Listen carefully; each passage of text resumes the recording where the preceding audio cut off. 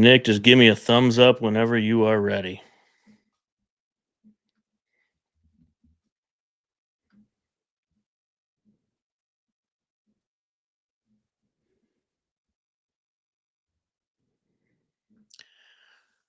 We'll let the people file in. I think they might have something to say this week.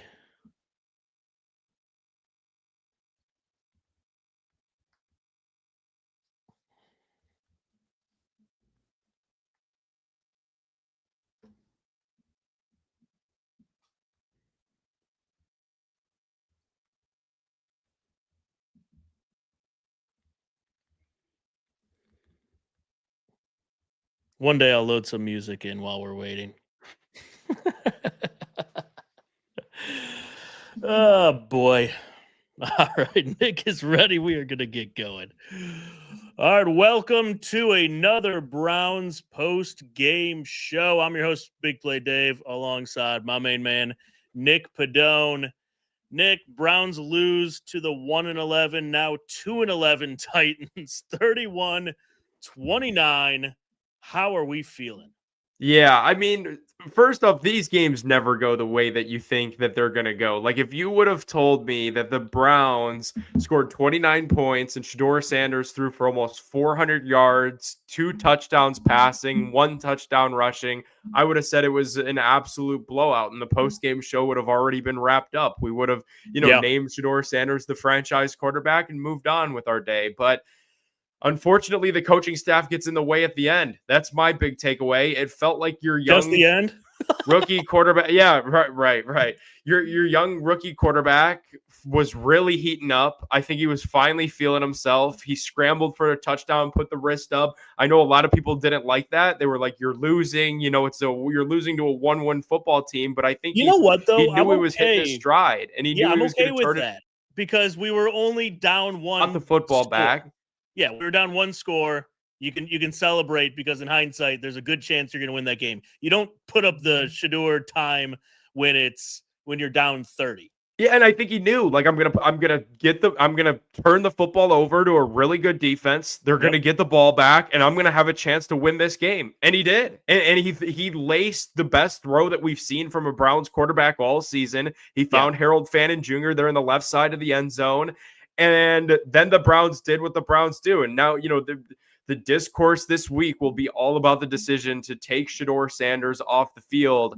My personal, feeling, my gut reaction as we're minutes removed from the clock hitting 0-0-0 is that, the coaching staff cost the Browns an opportunity for a win, and the coaching staff cost an opportunity to see what their young quarterback could do in overtime. Like, you were down multiple touchdowns. He had brought you all the way back.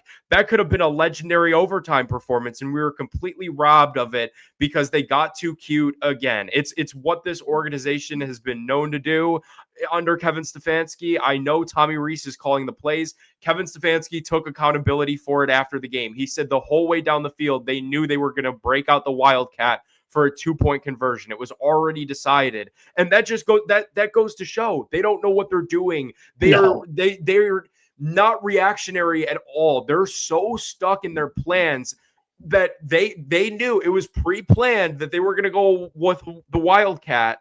Hey, forget about the fact that we've got a red hot QB right now. Why would you take him off the field? Why take Shedeur Sanders off the field in that spot? It's something that Kevin Stefanski had to answer already. It's something he's going to have to answer tomorrow morning. And ultimately, when you look back at this season and whatever is to come of Kevin Stefanski and his job status, I mean, you're not going to get fired because you lost 3 or because you only won 3 games. You're going to get fired because you lost to the 1-win Tennessee Titans here on December 7th.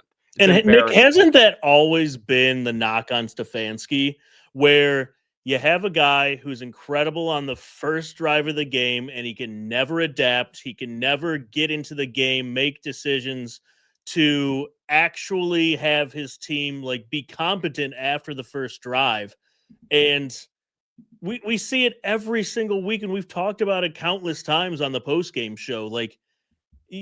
He's not it. Right? No, and I get, and the national people, the Jeremy Fowlers and stuff, I get He was a two-time coach of the year. That gets further and further away from us every single minute.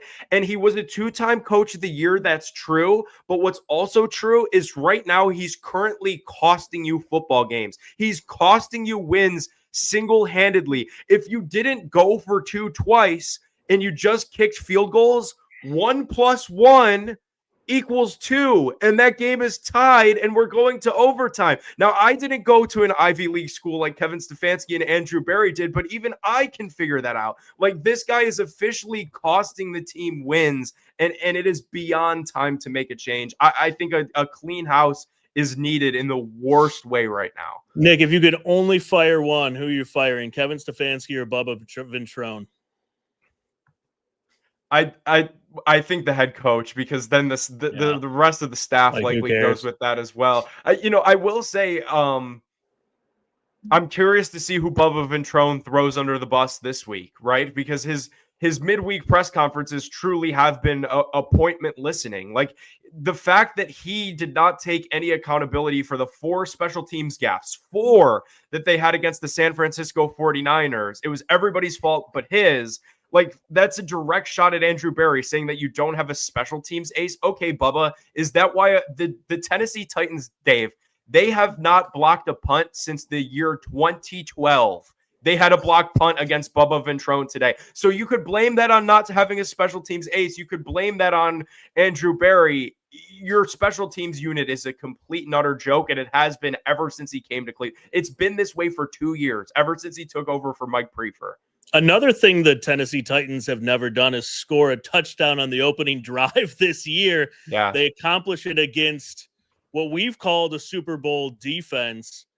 What's the issue with the defense? Are they just completely giving up because special teams is allowing them to start at the 45-yard line? Like, what? I think that's a big piece of it. Like, the field position thing is a huge piece of it. And then, like, not to get overreactionary, but I like, because I genuinely do think, like, today, when you saw those big Tony Pollard runs, like, the absence of Malik Collins was felt. Like he meant a ton to that front. He was playing phenomenal football. Mason Graham wasn't on the field much today at all. He was questionable going into the game. I think that's why. I think some of those injuries, as well as the bad field position, almost every time that they go out there, you just can't be that good forever. And then today was a perfect mail-it-in game. I mean, you've got 3 wins. It's snowing yet again. It's back-to-back bad weather games. It's like, how much longer are we going to have to do this, especially because now we're beat up on that side of the ball.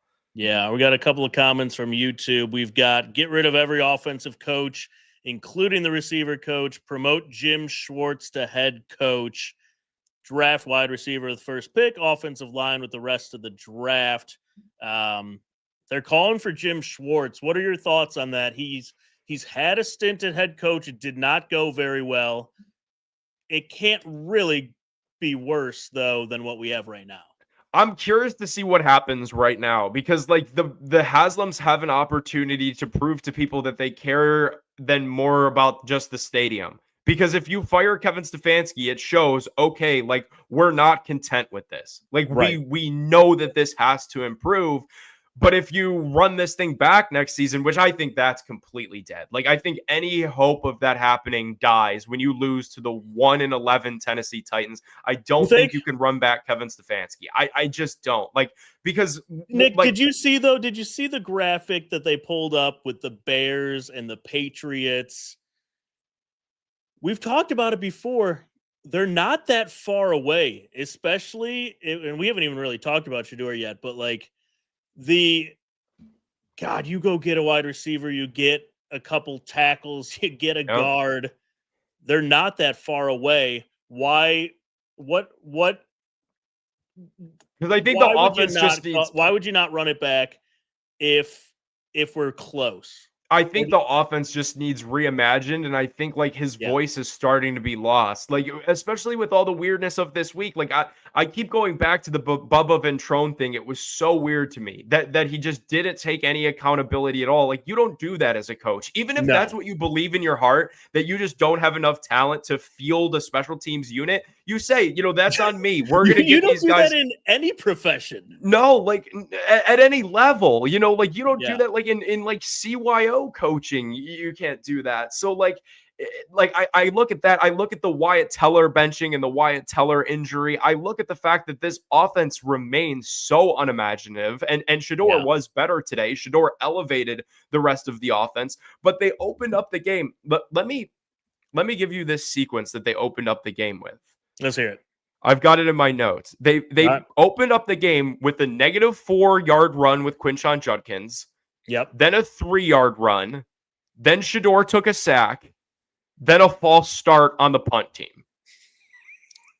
And then the Tennessee Titans scored their first touchdown on their opening drive of the season to give them a 7-0 lead in the ballgame. Yeah. Like that's preparation. If you can't even get that right, they're poorly coached. They're just a poorly coached team right now. And that's why I think just a change of voice and a change of ideology would really work wonders for this team. Because I do think that they are a lot closer than people think. And I don't think this has to be as painful as 1-31 was. Well, and I think we're a lot closer than we thought 2 weeks ago, because I was talking with some buddies in the garage watching this game. You could roll with Shedeur and a veteran quarterback very easily next year. Well, today proved he's gotten better and better and better. And like Nick, just looking at the stat lines, I know it's take it for what it is, but 23 of 42, 364 yards, 3 touchdowns, a rushing touchdown. He had that pick that he tried to make something happen downfield, and he was only sacked twice. Today proved, in my opinion, and I think even the Shedeur Sanders haters would have to agree with this, today proved that he is a capable starting NFL quarterback. Yes. With that, I get that it was just the Titans. That's the other thing that's going to be thrown around all week to try to disparage this, that it was just the Titans. But what he did in the fourth quarter to bring them back into that game when it looked completely dead after Dylan Sampson fumbled and after the punt was blocked, he brought you all the way back in that game, and he proved he is a capable NFL quarterback. Now, will they decide to go that route? I don't know, because today was a good day for their draft positioning. If the draft was today, they would now be 4th, and the only quarterback-needy team in front of them is the Las Vegas Raiders. So things are officially interesting in terms of the draft. I don't know if they like what they saw from Mendoza, because candidly, I know for a fact Andrew Berry wasn't even there. The Browns did not have a single representative at the Big Ten championship game last night. So for the people that want to, put all their cards in the Fernando Mendoza, we're drafting a quarterback. Well, the team didn't even have a representative on site for the game. So you could take that for what it's worth. Dude, screw that. I mean, be there for Carnell Tate. Like that's the guy you go out and get. It's we got a lot of comments for Shedeur Sanders. They want to see him against the Bills. He balled out, and like I'm almost like I'm trying to let myself be excited about what Shedeur Sanders did, but Kevin Stefanski ruined it for me. Nick, I'm gonna play a quick game with you. I'm going to name some quarterbacks that we've had in the past. I'm not going to go through all of them, but would you rather have this quarterback, or Shedeur at the helm? So if I tell you, just real rapid fire, Tim Couch. Could we start with Dylan Gabriel? Actually, no. because we wasted 5 weeks of the season. Like what does this season look like if Shedeur was drafted with the 3rd round pick and Dylan Gabriel was drafted with the 5th? Because Shedeur would have gotten the first chance at this, and he would have never given up the reins, because he's literally, I don't know, man. Shedeur and Tim Couch, comparable. Couch, that's right? Push. Yeah, I think that's a push. They both they both take a lot of sacks. Garcia. Probably Jeff Garcia. All right, Charlie Fry. Probably Shedeur. Derek Anderson. Probably Agent DA. He won a Super Bowl. Colt McCoy. He had a nice career. I like you thinking about this one. He had a nice career. Yep. I can't shake like the raw talent. Like what's exciting about Shedeur is this is not the final product. Like How I many would games love has to he see started, Nick? this is 3. And like so I would love to see what he could do with an offseason. I would love to see what he could do with a head coach that could actually develop him. I think Colt McCoy is another push. I'll take Shedeur over Brandon Weeden. Absolutely. Right. Josh McCown. Shedeur. Johnny Manziel. Shedeur. Cody Kessler. Trust me on this one, Shedeur. DeShone Kizer. DeShone Kizer was better than he gets credit for, but Shedeur. Right. My point is just going through just a few of those. He's probably at the end of this season, you could say Shedeur Sanders is in the top 15 of Browns quarterbacks since 99 out of how many? Like 37, 42? What is it? Yeah, it's in the 40s. I think he's 42. I think like 42 quarterbacks. You could put him, you might be able to even put him in the top 10 after with no debate. 2.5 games. Yeah, with no debate. Like the raw skills are certainly there, which is fun about the entire thing because it does materialize the topic of, do you just let him keep going next year and see what he could do and draft an offensive tackle with that Jacksonville pick and draft Carnell Tate with your first round pick and figure it out that way? I don't know. I don't know if that's the path that they decide to go. I think it's tremendously early. And again, it was just the Titans. So I'm curious to see, like, to me, like now you build off this. You build off this against the Chicago Bears next week. But I'm encouraged by what I see because like the raw ability is there. There's no debating that anymore. Yeah. And they traded, and that's the other piece that fires me up about like the coaching staff. What? Because they spent the first 9 months that Shedeur was in Cleveland treating him like he was in a football imbecile. Like, remember during training camp in the preseason when Andrew Berry said he was like learning this Kevin Stefanski offense from what Shedeur ran at Colorado. It's like speaking English and trying to learn how to speak Mandarin. And it's like, well, that's clearly false because he gets in and out of the huddle, no issue at all. He's moving guys in motion, no issue at all. Like, if anything, he's on the interceptions, he's gotten fooled a couple times in zone coverage, and that's going to happen with any rookie quarterback. If he was a first-round rookie quarterback, he would get fooled in zone coverage. That's going to happen. But the arm and the accuracy and the mobility, by the way, like the athleticism, and I'm a Shedeur guy. I wanted Shedeur coming out of the draft, but the mobility has been a pleasant surprise. It's very encouraging. It really is. Yeah, no, I'm with you there, and so are literally everyone in the comments. I think the consensus in Cleveland is you fire the coaches, the offensive side. You keep Jim Schwartz.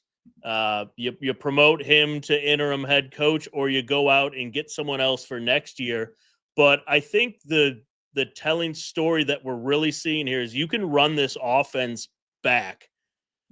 I think we're 2.5 games in with him, but I've seen enough where I'm like, dude, we can't just keep going through quarterbacks without any line, without any wide receivers. Like, you got to just stick with a guy who looks competent, which he is, and then go get the wide receiver, go get the left tackle, and then you see, maybe he's the guy.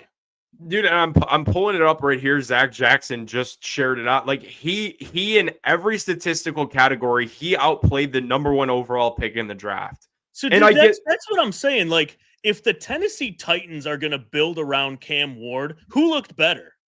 Yeah, Shedeur Sanders looked way better than Cam Ward today.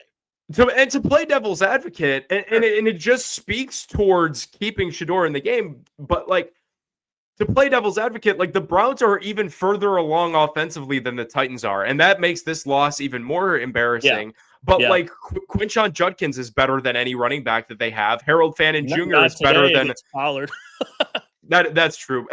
But overall, in large, and like Harold Fannin Jr. and Shedeur have really had a nice connection, and he looks to be the truth and the heir apparent to David Njoku. So like, you're further along than what Tennessee is. So let the kid keep riding this momentum. And I actually thought, like, even though the coaching staff did cost them this victory, I actually thought Tommy Reese did right by Shedeur Sanders there in that fourth quarter because he let him turn loose. Like he let him take shots downfield, and that's where he's going to be at his best. Like I know Chicago's a better team than Tennessee is, and we're going to find out a lot about Shedeur next week. But Tommy Reese needs to do the same thing. Let him throw the ball down the field. Get in a shootout with Caleb Williams if that's what it comes to.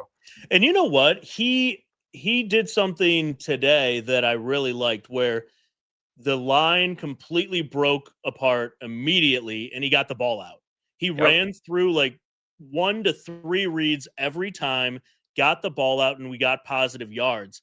He struggled more when he had more protection because he didn't trust the protection, and you could tell he's a rookie and he's like, I'm going to get sacked. I have to scramble out. I've got to do something.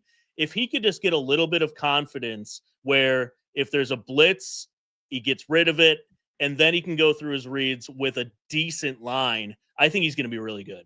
And also, to he needs another receiver. Like Cedric Tillman is quite literally never open. Isaiah Bond is really fast, but I feel like he doesn't really know what he's doing. I agree with this. You compare you compare all of Shedeur's stats and Cam Ward's stats, and it's completely it's. You would say that Shedeur was the number 1 overall pick and Cam Ward was number 144. Right. So why would you give up on a guy who's a 5th rounder who's cheaper when you know the Tennessee Titans are going to continue to build around Cam Ward? Can I share my fear? It's not what I would do, but I think it's what Andrew Berry could be thinking. Yeah. I think Andrew Berry could be thinking that this is like really good because Shedeur was a 5th round pick that they never really had any interest in anyway. So now if you could trade him for a 2nd round pick and then you draft your quarterback that your new head coach wants or whatever the situation might look like, he'll be able to be like, galactic brain Andrew Berry because I just turned a 5th round pick into a 2nd round pick. See, I think fear that's how they Podesta would do that. But at least he's gone, so hopefully that doesn't happen. Could you imagine if that? No, that people is like would be so mad. Stupidest thing I've ever heard. That's my fear, though. No, just because like the way that they talk about Shedeur, they talk about him as if he's this like distant project developmental quarterback, but he's proving in real time that that's not the case. It's very funny. Like what they're saying does not match up with what everybody's eyes are seeing unfold. No, like the fans, even like the national perspective of Shedeur is like, hey, this guy's getting better every week. He looks the part. He's an NFL quarterback. You might have found what you were looking for in the 5th round.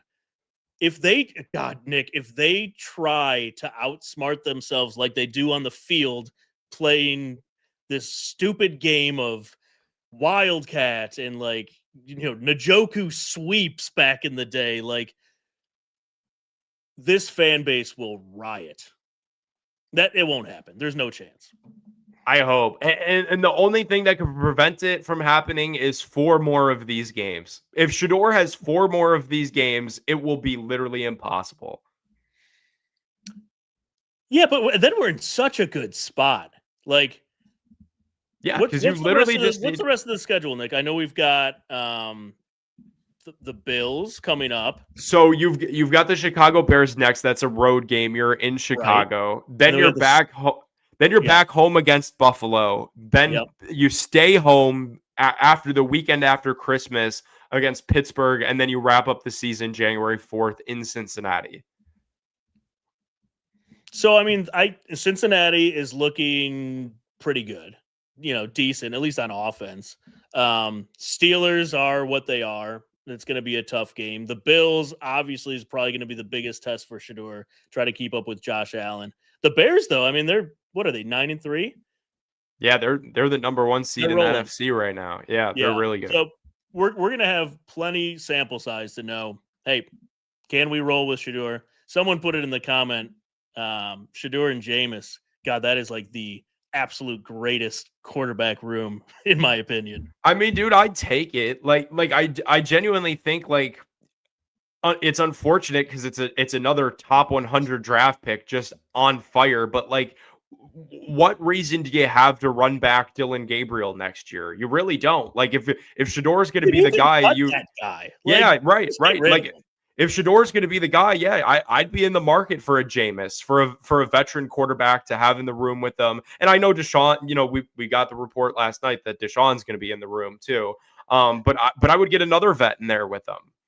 Nick, what's with Deshaun? If he plays, isn't there like a giant money loss for the Browns, or what? You would know more than that. So that's all hopeful. Like they would have to like file that insurance claim with the league if he does not play. And I just don't have I don't have an inkling that they're even going to do that. Because it's not guaranteed, one, and two, even if that was approved, it's not like you get that $80 million back. Like they would maybe give you like a fraction of forgiveness, and that's just not going to happen. So the real reason why is because he's an $80 million cap hit if they decide to release him, even if it is a post-June 1st cut, because of the way that they continue to restructure that contract and just kick the void years down the road. He gets that money one way or another, but that's funny. Trade Dillon and a 3 for Travis Hunter. Wow. Nick, you're getting called a Shedeur hater for some reason. No, so I'm not like should I show people that I have a Shedeur jersey right now? I'm worried about, I'm trying to inform that I'm worried about what the Browns might do. Like I think people don't understand. Yeah, you're not saying, hey, that'd be a great idea to trade. Right. You're saying the Browns are idiotic and they could do that. Correct. This is an organization that doesn't operate. Like, I think what Shedeur fans have yet to learn, like the Colorado people that are just kind of digesting football for the first time, is that the Browns are like the rest of the NFL, they have 32. Right. The NFL has 32 franchises, whereas the Browns are like that one franchise that just has no control. Like there are no laws in the wild. Like that's the Cleveland Browns. So I'm just trying to put those guardrails up. I'm the furthest thing from a Shedeur hater. You could go scroll the timeline at Nick Padone 12 and read my thoughts live of how the game was looking. Yeah, and we got people saying, please trade 12. That's not a Browns fan. That is not a Browns fan right there. That is a team who doesn't have a quarterback, who is looking for a quarterback and wants to get Shedeur on his team. I wonder, if they were to trade Shedeur, like what's the price? It's got to be high. Yeah, like you're not doing that. You're just not doing that because the kid has raw talent and raw ability that even like. I am beyond impressed. By the way, he's the first quarterback this season for the Browns that surpassed 300 yards. So he's already the best quarterback that we've had this season, the best quarterback that we've had even dating back to last season. And it's like, you're just scratching the surface. Yeah. Back to your comment on Collins, injured, run defense. Yes. I'm worried about that the rest of the way. I am worried about that the rest of the way. Yeah, it's a good comment. We're not a deep football team. We have a lot of good players. We have a potential, probably not anymore, but like Judkins was up for Rookie of the Year on the offense probably before this game. Defense is Carson Schlesinger. We have a lot of like star players, if you will. Like if JOK ever came back, which was so cool to see him at the game today. We have like a lot of star young players on defense and offense that you go out and get some depth, free agency. Like Nick, if I said, hey, play Andrew Berry, not hypothetical, what you think the Browns are going to do, but like, what would you do to fix this team? I need an impact wide receiver. Like that is the glaring need. Like, and Jerry Jeudy had a better day. We'll give him his credit or whatever. But I need to get Shedeur like an impact wide receiver. And I personally think that would be Carnell Tate. That would be my pick. I think Carnell Tate would fit this thing really well. And then my next move from there is to get him a actual left tackle. And like the offensive line did hold up a little bit better today. But like you said, you can tell when you watch that Shedeur doesn't fully trust it, and you can't blame him. This was yet another different starting offensive line unit that they rolled out there today, so you can't really blame him that he's. Yeah. I want the people out there to look up Isaiah World, the left tackle at Oregon. He's 6'8". He's not a Dewan Jones where he's really out of shape. He's a people eater. I think he'd be really good. All right. Yeah, I mean, I think you can pull up the mock drafts today and feel pretty good about the Browns moving forward, which is not something like before we're like, which quarterbacks are out there? Are we going to get Mendoza? Are we going to get whoever is at the top? I think that narrative has changed, and you build around him in the draft. That's going to be a fun draft. It's going to be a telling month. Like, because if he keeps this up over the next month, it's going to be tremendously hard for them to go into that draft room to go into Indianapolis and to really care about quarterbacks. Like, if he keeps this up over the next 4 games, we'll see. Time will tell where their head is at with him and his development and all of this stuff. But yeah, he does look the part. Yep. Andrew Berry, don't overthink it. Go draft 2 Buckeyes. I don't hate that. If you draft an Ohio State wide receiver, I think the chances of you hitting are pretty high. Go get Carnell Tate. A pretty safe bet. I also wouldn't mind Jalen Tyson's brother. We could reunite the Tyson brothers, one on the Cavs, one on the Browns, because he's going to be one of the top receivers off the board as well. Yeah. All right, Nick, any parting thoughts before we move on to all of the weekly shows and put this loss to a 1-win team behind us?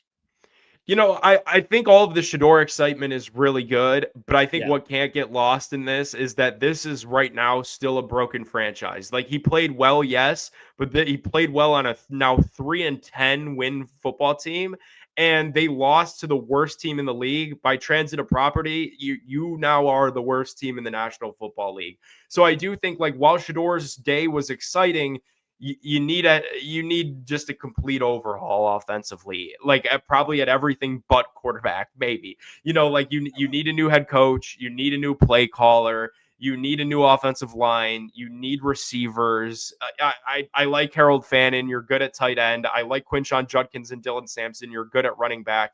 But I need impact players. So my game-changing quarterback, if that's what Shedeur Sanders is going to be, can truly change the outcome of games. So that's kind of my parting thought. I definitely think that this is all still broken. I'm encouraged by Shedeur, but outside of that, the offense really needs a lot. Yep. Yeah, fair enough. That you hit the nail on the head.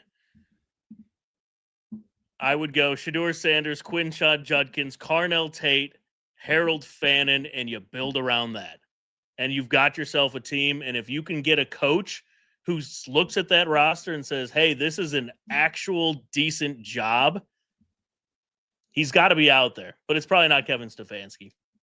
I just think that, like, Kevin Stefanski's voice has expired. Like, I really do. Like this is a young team, and especially if Shedeur is going to be the quarterback, this is going to be a young team that's got a little bit of swag. They're going to be a little bit younger. They're going to be a little bit of fun. And Kevin Stefanski's not that anymore. Like, maybe when he first arrived in Cleveland, that could have been a fit, but that's not him anymore. And you've got to find the right coach for where you're at right now. Absolutely. All right. We got a full slate of shows this week for more Browns content. Check them out. You see Nick at Big Play Cleveland tomorrow. So subscribe to our YouTube channel here, Big Play Cleveland. You will see all of those shows. And we will move on to another loss probably next week. But hey, let's keep progressing and see where this team's at. It was a good game. I'm actually excited for the future. We will see you later this week. Go Browns, hopefully. Have a good one. Take care.